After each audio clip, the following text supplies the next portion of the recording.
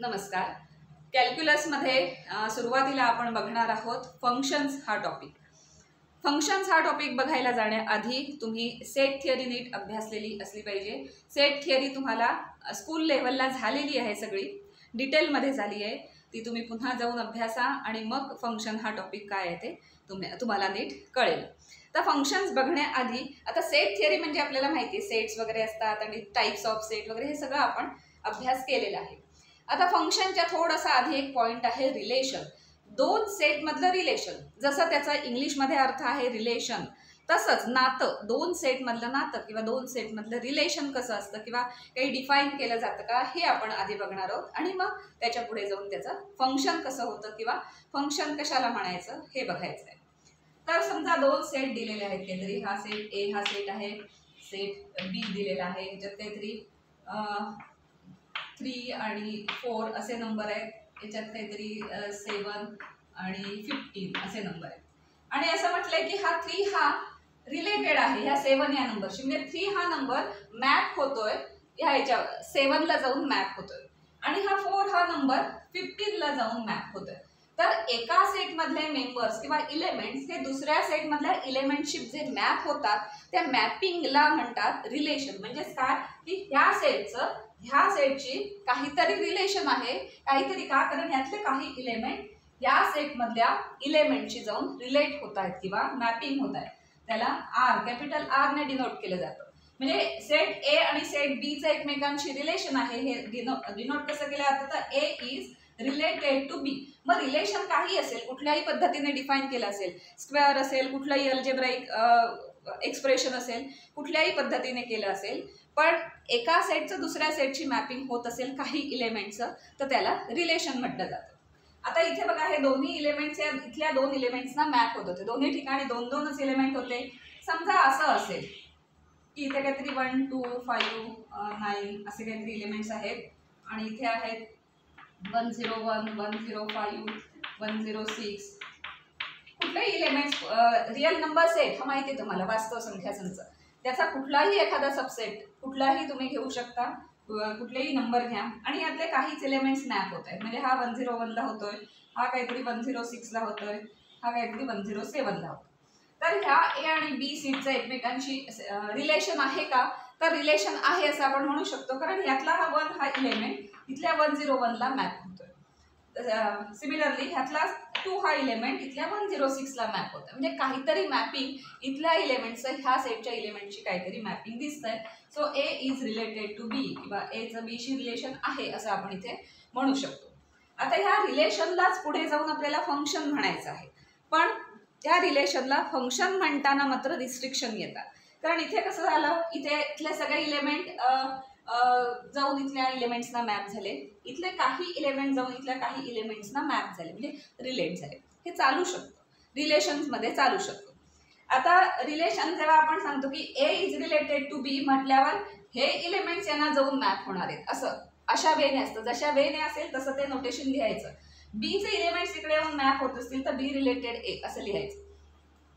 तर हे ए रिलेटेड बी म्हणजेच काय की ए मधले इलेमेंट जो त्याला मॅप होत आहेत, त्यामुळे हा जो पहिला सेट असतो हा सेट त्याला म्हणायचं डोमेन. ज्या सेटमधून इलेमेंट निघतायत किंवा ज्या सेटमधून इलेमेंट जात आहेत मॅप व्हायला किंवा रिलेट व्हायला त्या सेटला म्हणायचं डोमेन, त्याला म्हणायचं डोमेन. आणि ज्या सेटमध्ये जाऊन मॅप होत आहेत, मॅपिंग होत आहे त्या इलेमेंटचं, तो जो सेट आहे दुसरा सेट त्याला म्हणायचं कोडोमेन. सो रिलेशन म्हणजे काय की दोन सेट मधलं रिलेशन असतं, एक डोमेन असतो एक कोडोमेन असतो. डोमेन मधले इलेमेंट जाऊन कोडोमेन मधल्या इलेमेंटना मॅप होतात. लक्षात आलंय, पहिल्या सेटला म्हणायचं डोमेन आणि जिथे जाऊन मॅप होणार आहे त्या सेटला म्हणायचं कोडोमेन. तर हे झालं रिलेशनचं, पण ह्यालाही रिलेशन तुम्ही म्हणू शकता, it is valid relation, this is also valid relation. आता ह्याच्या पुढे जाऊन आपल्याला फंक्शन डिफाईन करायचं. फंक्शनमध्ये मात्र कुठल्याही टाईपचं रिलेशन असून चालत नाही, त्याला काहीतरी रिस्ट्रिक्शन येतात. म्हणजे अगदी डेफिनेशनच बघायची म्हटली तर जसं रिलेशनला आर हे नोटेशन आहे तसं फंक्शनला आपण एफ असं नोटेशन देतो.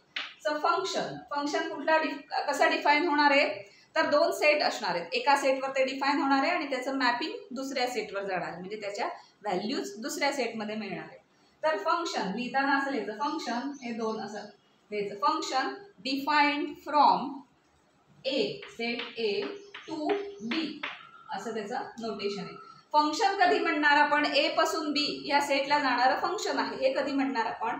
जेव्हा ह्या सेट A मधल्या each and every element म्हणजे x या सगळ्या इलेमेंटसाठी, समजा x बिलॉंग्स टू A, हे नोटेशन तुम्हाला माहिती असेल. त्याला बिलॉंग्स टू म्हणायचं म्हणजे काय? x ह्या सेट मधला आहे असं दाखवण्यासाठी belongs to. So f define from A to B function आहे का हे कधी ठरेल?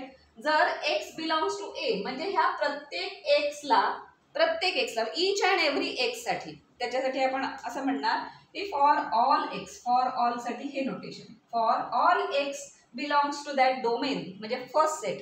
तर त्या पहिल्या सेट मधल्या म्हणजे डोमेन मधल्या सगळ्या इलेमेंट्ससाठी B ह्या सेट मधले देअर एक्झिस्टचं नोटेशन आहे असं उलटा कॅपिटल E सारखा.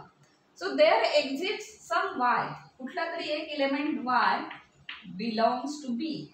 There exist y belongs to B such that ही x y ही ऑर्डर पेअर होईल. ऑर्डर पेअर आता सेट थिअरी मध्ये तुम्हाला झालंय. ऑर्डर पेअर याचा अर्थ काय की पहिला एलिमेंट पहिल्या सेट मधला, दुसरा एलिमेंट दुसऱ्या सेट मधला असतो. तर कुठल्या सेट मध्ये जाणार आहे? Belongs to A cross B या सेट मधला हा XY हा एलिमेंट असेल. म्हणजेच काय की प्रत्येक S each and every he definition आहे. काय त्याचा अर्थ आहे मी तुम्हाला सांगणारच आहे. ही प्रत्येक एलिमेंट x साठी each and every x साठी असं काहीतरी रिलेशन, असं काहीतरी मॅपिंग मिळालंच पाहिजे की ज्यामुळे तुम्हाला y मिळेल B मध्ये. y हा एखादा एलिमेंट B ह्या सेट मध्ये मिळेल की XY हे मॅपिंग किंवा XY ही पेअर तयार होईल मॅपिंगची. जशी इथे तयार झाली पेअर 1 हा 101 ला मॅप झालाय, त्यामुळे 1 आणि 101 ही पेअर आपण म्हणू शकतो A क्रॉस B मध्ये. त्याच्यानंतर 2 हा 106 ला झालाय तर 2106 असं लिहायचं. डोमेन मधले इलेमेंट्स इथे लिहायचे, कोडोमेन मधले सेकंड प्लेसला लिहायचे, कारण ते तिथून त्याला मॅप होत असतात. सिंपल भाषेत सांगायचं तर फंक्शन म्हणजे काय की फंक्शन हे असं असतं की ज्याच्यात तुम्ही काहीतरी गोष्ट घालतात की ते एक मशीन आहे. फंक्शन म्हणजे त्या मशीनमध्ये तुम्ही एक काहीतरी इनपुट करता आणि ते मशीन काहीतरी प्रोसेस करतं. ते सगळं हे फंक्शन काहीतरी प्रोसेस करतं, त्याची जी डेफिनेशन असेल त्याप्रमाणे ते प्रोसेस करतं आणि बाहेर पडताना म्हणजे आउटपुट एक वेगळा नंबर किंवा वेगळं इलेमेंट देतो. सो हे फंक्शन किंवा हे मशीन घेताना या सेटमध्ये इलेमेंट्स घेतं, त्याला इथे येऊन प्रोसेस करतं त्या डेफिनेशन प्रमाणे आणि त्याच्यानंतर जो तयार होईल डेफिनेशन मध्ये घातल्यामुळे जो काही व्हॅल्यू किंवा जी काही इलेमेंट तयार होईल तो इलेमेंट हा दुसऱ्या सेटमध्ये जातो. याला म्हणायचं डोमेन, याला म्हणायचं कोडोमेन. एवढे सिंपल गोष्ट आहे. फंक्शन म्हणजे हेच ते रिलेशनलाच पुढे जाऊन आपण फंक्शन म्हणणार आहोत. फक्त रिस्ट्रिक्शन काय आलं ते आता सांगते की हे जे डिनोट केलेलं होतं हे रिलेशन म्हणून चालेल पण हे फंक्शन म्हणून चालणार नाही. कारण डेफिनेशन प्रमाणे काय लागतं की डोमेन मधल्या each and every एलिमेंट्स साठी function must be operated on each and every element of domain हे झालं पाहिजे. म्हणजे डोमेन मधल्या सगळ्याच्या सगळ्या एलिमेंटवर फंक्शनने ऑपरेट झालं पाहिजे आणि मग त्याची काहीतरी युनिक व्हॅल्यू इथे बी मध्ये म्हणजे कोडोमेन मध्ये तुम्हाला मिळाली पाहिजे. त्यामुळे इथे जर हे रिलेशन बघितलं तर 3 आणि 4 दोनच नंबर आहेत डोमेन मधले, दोन्ही नंबर ऑपरेट होत आहेत. म्हणजे पहिली कंडिशन एक फॉलो झाली. त्याच्यानंतर ऑपरेट झाल्यानंतर कोडोमेन मधल्या युनिक इलेमेंटसाठी ते मॅप झालं पाहिजे. म्हणजेच काय की 3 हा नंबर हा 7 ला मॅप होत असता आणि 3 हा नंबर 15 ला पण मॅप होतोय. रिलेशन मध्ये हे चालतं पण फंक्शन मध्ये चालत नाही की डोमेन मधला एकच एलिमेंट कोडोमेन मध्ये 2 एलिमेंटना जाऊन मॅप झालाय. हे फंक्शन मध्ये चालत नाही. तर फंक्शन आपण जसं रिप्रेझेंटेशन बघूया फंक्शनचं, तर रिलेशन मध्ये ह्या सगळ्या कंडिशन्स चालतात पण फंक्शन मध्ये मात्र कसं लागतं की डोमेन मध्ये सगळे इलेमेंट मॅप झाले पाहिजे आणि कोडोमेन मधले सगळे इलेमेंट नाही झाले तरी चालतात पण कोडोमेन मध्ये जे इलेमेंट येतात ते युनिक असले पाहिजेत मॅपिंग थ्रू आलेले. म्हणजेच काय डोमेन आहे हा कोडोमेन आहे, काहीतरी याला पी हा सेट म्हणून याला क्यू हा सेट म्हणून. समजा 2, 5, 9, 15 हे काहीतरी नंबर आहेत आणि इथे काहीतरी नंबर आहेत की 4, 25, 81, 225, 250 असे काहीतरी कोडोमेन मध्ये नंबर आहेत. आता जर आपण मॅपिंग करायचं म्हटलं म्हणजे ह्याला जर फंक्शन म्हणायचं असेल तर आपल्याला मॅपिंग बघायला लागेल. समजा हा 2 हा 4 ला मॅप होतोय, 5 हा 25 ला होतोय, 9 हा 81 ला होतोय, 15 टू 25 ला होतोय, 250 इथे राहायला आहे शिल्लक, त्याला मागे काही मॅपिंग नाहीच आहे, म्हणजे डोमेन मधनं येणारं मॅपिंग नाहीये त्याला, असं होऊ शकतं. तर आता आपण बघूया की फंक्शन ह्याला हे रिलेशन आहे, हे कन्फर्म रिलेशन आहे. फक्त आता ते फंक्शन आहे का तर त्याच्या कंडिशन्स काय आहेत त्या फक्त आपण बघायच्या आहेत. की फंक्शन असण्यासाठी डोमेन मधले सगळे एलिमेंट ऑपरेटेड असले पाहिजेत फंक्शनने. तर हे ऑपरेटेड आहेत, कुठेही शिल्लक राहिलेलं नाहीये मॅपिंगसाठी. हे 4 एलिमेंट्स आहेत आणि 4 एलिमेंट्स कुठेतरी कोडोमेन मध्ये जाऊन मॅप होत आहेत. त्यामुळे पहिली कंडिशन झाली. त्याच्यानंतर कोडोमेन मधल्या युनिक एलिमेंटला म्हणजे एकाच एलिमेंटला मॅप झालं पाहिजे. म्हणजे काय की 2 हा फक्त 4 ला मॅप होतोय, कुठेतरी परत जाऊन 250 81 ला वगैरे मॅप होत नाहीये. म्हणजे 2 हा युनिकली 4 ला मॅप होतोय, 5 हा 25 ला, हा 81 ला. हा आता इथे काय उरलंय, कोडोमेन मधल्या युनिक एलिमेंटना डोमेन मधले एलिमेंट जाऊन मॅप होत आहेत, म्हणजे सेकंड कंडिशन पण सॅटिस्फाय झाली. आता म्हणाल की कोडोमेन मध्ये आता 250 शिल्लक राहिला, त्याला मागून काहीच मॅपिंग आलेलं नाही, तर कोडोमेन मधले किती एलिमेंट शिल्लक राहिले तरी चालतात.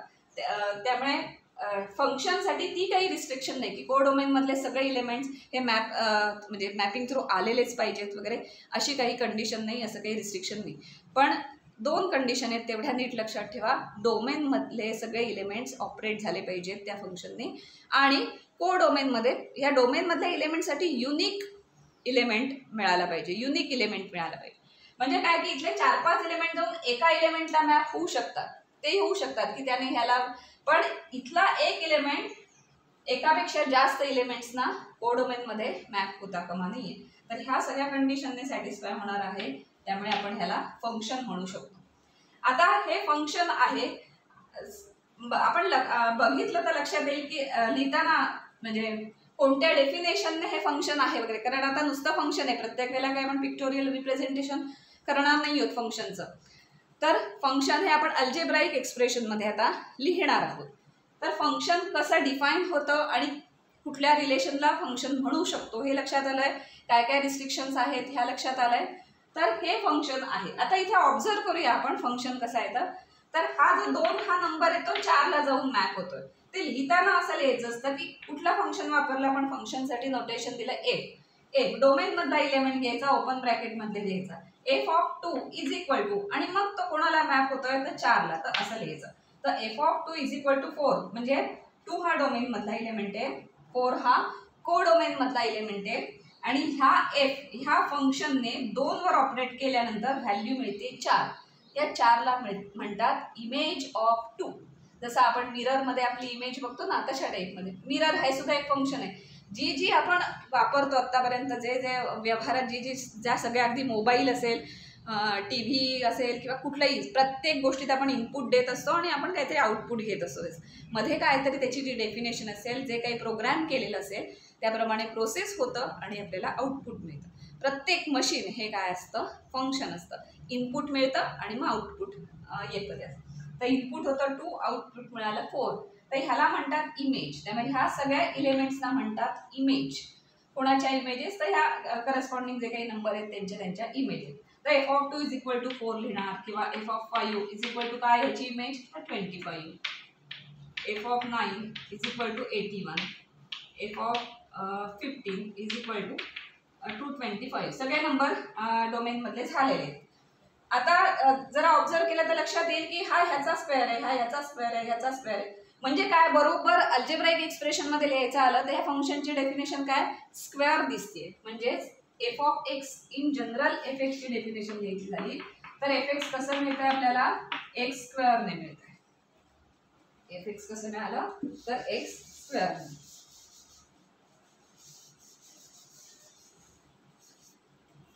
म्हणजेच काय की हा जो x आहे त्या x च्या जागी 2 घातलं तर ह्या x चा स्क्वेअर मिळतो. म्हणजे काय येतो, 2 चा स्क्वेअर 4. ह्या x च्या जागी 5 घातलं डोमेन मधला तर याच्या 5 स्क्वेअर म्हणजेच काय 25 ही इमेज येते. 9 घेतला तर 9 स्क्वेअर मिळतं, 81 ही इमेज येते.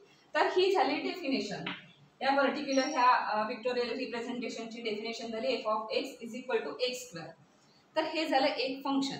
आता तुमच्या लक्षात आलं असेल की अगदी आपण 5वी 6वी पासून म्हणजे 5thला तुम्ही होता तिथपासून फंक्शन्स हे वापरलेले आहेत. अल्जेब्राईक फंक्शन्स कितीतरी वेळा वापरलेले आहेत. फक्त ते फंक्शन असतं किंवा त्याची काहीतरी डेफिनेशन आहे, त्याचे काहीतरी रूल्स आहेत, हे आपल्याला आत्ता ह्या फंक्शन या टॉपिकमध्ये कळले.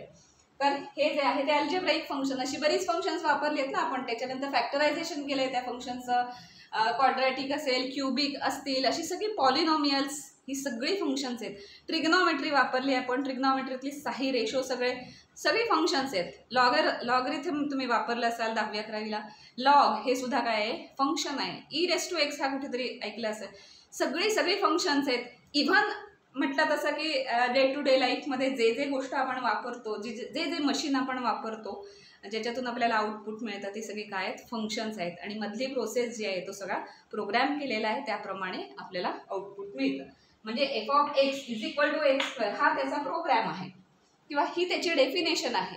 आपल्याला आउटपुट हवं असेल तर एक्सच्या जागी आपण डोमेनमध्ये एलिमेंट घ्यायचे, मग आपल्याला x²ची काय ती प्रोसेस होऊन जे उत्तर मिळेल ते आपल्याला कोडोमेनमध्ये मिळणार आहे.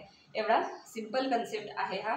तर ही सगळी पॉलिनॉमियल किंवा sin x cos x tan x ही सगळी, त्याच्यानंतर e⁻x म्हणजे एक्सपोनेन्शियल म्हणतात त्याला, लॉगरिथमिक म्हणजे log x to the base a, मग बेस कुठलाही असेल तो to the base a, logarithmic function, ही सगळी काय आहेत, फंक्शन आहेत. कारण ह्या सगळ्यासाठी आपण काय करतो, एक्सच्या जागी कुठली तरी व्हॅल्यू इनपुट करतो, मग त्याच्यावर साइन हे फंक्शन ऑपरेट होतं आणि मग आपल्याला काहीतरी व्हॅल्यू मिळते जी जाते कोडोमेनमध्ये. त्या सगळ्या फंक्शनसाठी डोमेन आणि कोडोमेन कोणते आहेत, रिअल नंबर सिस्टीम म्हणजेच रिअल लाईन, वास्तव संख्या संच. सो रिअल लाईनचे काही सबसेट्स असतात जे आपण डोमेन आणि कोडोमेन म्हणून हे बऱ्याच फंक्शनसाठी वापरत असतो. तर फंक्शन म्हणजे काय ते लक्षात आलं आहे. फंक्शन म्हणजे सिम्पली काय की दोन सेटमधलं एक रिलेशन असतं जे रिस्ट्रिक्टेड, थोडंसं रिलेशनला अजून थोडे रिस्ट्रिक्शन्स किंवा थोडे नियम अजून जास्त वाढवलेत, त्याच्यानंतर त्याला आपण फंक्शन म्हटलेलं आहे. आणि ही सगळी आत्तापर्यंत वापरलेली आणि ह्याच्या पुढे सुद्धा जी वापरू ती सगळी काय असणार आहेत, फंक्शन्सच असणार आहेत. त्या प्रत्येक फंक्शनसाठी कुठला तरी एक डोमेन असणार आहे आणि कुठला तरी एक कोडोमेन असणार आहे. Generally real number system, real number line हाच सगळ्यांचं डोमेन आणि कोडोमेन या सगळ्या फंक्शनसाठी आहे. काही वेळेला रिअल नंबरमधले नंबर्स फंक्शनच्या डोमेनमध्ये चालत नाहीत. म्हणजे उदाहरणार्थ 1/x असं फंक्शन डिफाईन करायचं झालं, f(x = 1/x) आणि डोमेन म्हणजे रिअल नंबर सिस्टीम घेतला आणि कोडोमेन पण रिअल नंबर सिस्टीम येणार आहे त्याची. तर सगळ्याच्या सगळा रिअल नंबर सिस्टीम किंवा रिअल नंबर लाईन त्याला चालत नाही. कारण रिअल लाईन म्हणजे काय तुम्हाला माहिती आहे, इथे 0 असतो, इकडे सगळे पॉझिटिव्ह नंबर्स असतात, इकडे सगळे निगेटिव्ह नंबर्स असतात. हा सगळा सेट जो काही आहे तो म्हणजे ह्या फंक्शनसाठी डोमेन आपण घेतला. तर ह्या डोमेनमधला हा जो नंबर आहे हा 0, या नंबरसाठी आपल्याला इथे इमेज मिळत नाही, कोडोमेनमध्ये इमेज मिळत नाही. तर काय होतं की f(x = 1/x) असल्यामुळे आपण जर 0 घातला तर 1/0 होईल आणि मग ही इमेज आपल्याला मिळत नाही, कारण 1/0 इज नॉट डिफाईन्ड, हा नंबर डिफाईन्ड नाही आहे. त्यामुळे ह्या रिअल नंबर सिस्टीममधनं हा 0 काढून टाकावा लागतो आणि मग नॉन झिरो सगळे रिअल नंबर्स आहेत ते म्हणजे ह्याच्यासाठी डोमेन होऊ शकतात. तर ते झालं डोमेन. त्याच्यानंतर रेंज हा आपण कन्सेप्ट बघणार आहोत. रेंज म्हणजे काय की आता ह्या डोमेन आणि कोडोमेन म्हणजे आपल्याला काय ते लक्षात आलं. आता कोडोमेनमधले काही एलिमेंट शिल्लक राहू शकतात. म्हणजे समजा असं एक सेट घेतला आहे की 1 2 3 हे डोमेन आहे 1 2 3 आणि कोडोमेनमध्ये 5 आणि 7 हे नंबर्स आहेत आणि सगळे नंबर्स हे 5लाच जाऊन मॅप होत आहेत. फंक्शन काही असेल, फंक्शन जे डिफाईन असेल ते मला माहिती आहे, फंक्शन काही असेल, पण हे फंक्शन आहे कारण का यातले सगळे नंबर ऑपरेटेड आहेत फंक्शनने आहेत, सगळे इमेज म्हणजे सगळे जात आहेत रिलेशन. आता हे युनिक नंबरला येतात का, एक युनिक 5लाच जातोय फक्त, 2 फक्त 5लाच जातोय, 3 फक्त 5ला, म्हणजे युनिकली त्यांना इमेजेस मिळत आहेत. आता काय होत आहे की ह्या कोडोमेनमध्ये 7 हा नंबर शिल्लक राहिला आहे ज्याला जो इमेज नाही आहे कोणाची. तर इमेज असणारे नंबर बी ह्या सेटमध्ये किती आहेत तर 5. तर जे जे इमेज आहेत डोमेनमधल्या नंबर्सचे त्या सगळ्या नंबर्सचा सेट तयार करायचा आणि तो जो सगळा सेट तयार होईल त्याला म्हणतात रेंज ऑफ एफ. या एफची रेंज म्हणतात. रेंज सेट कुठला येणार आहे हा एवढाच. आणि उरलेले जे कोडोमेनमध्ये नंबर आहेत ते राहणार, ते तसेच राहतील. त्यांना रेंजमध्ये घ्यायचे नाही. कोडोमेनमध्ये आहेत ते, पण रेंजमध्ये नाही. कारण डोमेन आणि कोडोमेन केवढे वेगवेगळे आपण घेऊ शकतो आणि प्रत्येक वेळेला कोडोमेनमधले सगळे इलेमेंट हे या इलेमेंटची इमेजच असतात असं नाही. बरेचसे शिल्लकही राहतात. कोडोमेनमध्ये राहिले तरी चालतात, डोमेनमध्ये राहून चालत नाहीत, नाही तर त्याला फंक्शन म्हणणार नाही. सो कोडोमेनमधले इलेमेंट शिल्लक राहतात, ते राहिले तरी चालतील. पण जे मॅप झालेले आहेत ते मॅप झालेले इलेमेंट सगळे एकत्र करायचे आणि त्यांचा सेट तयार करायचा. त्यांना म्हणायचं रेंज, त्या फंक्शनची रेंज. म्हणजे थोडक्यात जे जे इमेज आहे त्या इमेज इलेमेंटचा सेट तयार करायचा, त्याला म्हणायचं रेंज. सो रेंज आणि कोडोमेनमध्ये काय फरक येतो लक्षात आला? रेंज हा एक सबसेटच आहे कोडोमेनचा, कारण रेंजमधले जे इलेमेंट आहेत ते कोडोमेनमध्ये आहेतच. त्यामुळे रेंज हा सबसेट आहे कोडोमेनचा. रेंज म्हणजे काय की सगळ्या इमेजेस एकत्र घ्यायच्या आणि त्यांचा सेट तयार करायचा, दॅट इज रेंज सेट. आणि कोडोमेन म्हणजे जो सगळा डिफाईन केला A to B चा B डिफाईन केलाय तो सगळा म्हणजे कोडोमेन असतो. काही वेळेला काय होतं, कोडोमेन आणि रेंज ह्या दोन्ही सेमच असतात, म्हणजे दोन्ही सेमच सेट असतात, तर ते असू शकतं. त्यामुळे आयदर रेंज सेट हा सबसेट असेल किंवा रेंज सेट आणि कोडोमेन हे दोन्ही सेम असते. तर हे सगळं आलं फंक्शन. त्याच्यानंतर पुढच्या व्हिडिओमध्ये आपण टाईप ऑफ फंक्शन आणि थोडीशी एक्झाम्पल्स बघणार आहोत. धन्यवाद.